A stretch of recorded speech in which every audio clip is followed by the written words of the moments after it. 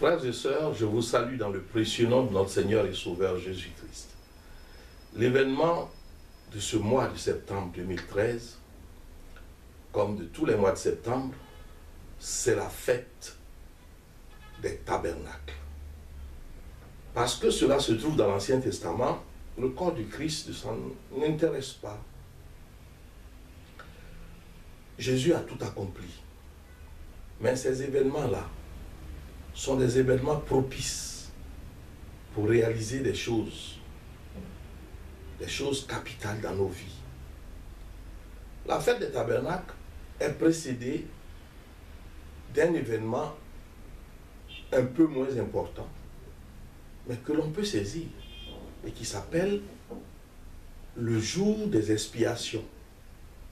Ce jour, c'est le 14 septembre.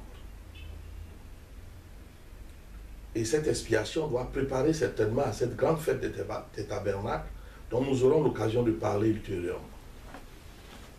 Le jour des expiations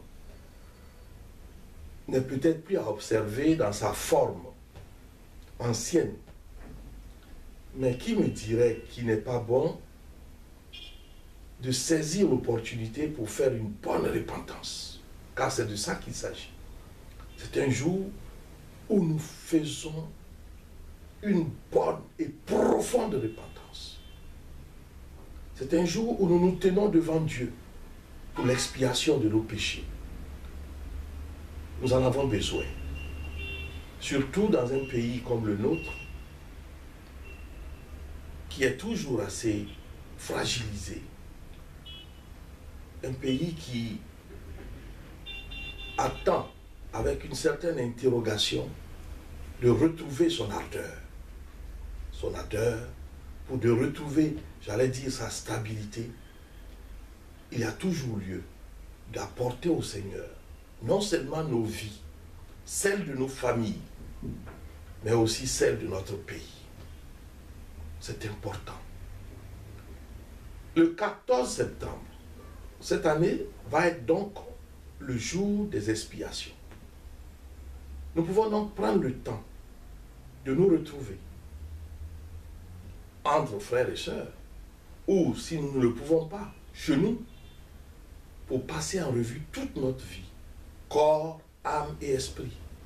Le jour de l'expiation doit être un jour où nous venons devant Dieu dans la repentance. Le mouvement auquel j'appartiens, la maison de prière de la Nouvelle-Côte d'Ivoire, organise ce jour-là, pour ceux qui connaissent Abidjan, au CSP de Cocody, dans la salle de l'amphithéâtre de l'université du CSP, n'est-ce pas? L'amphithéâtre A.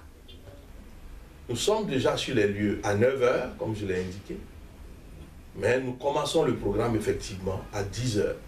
Et de 10 h à 15 h, nous aurons fini. Merci Seigneur, au nom de Jésus-Christ. Amen.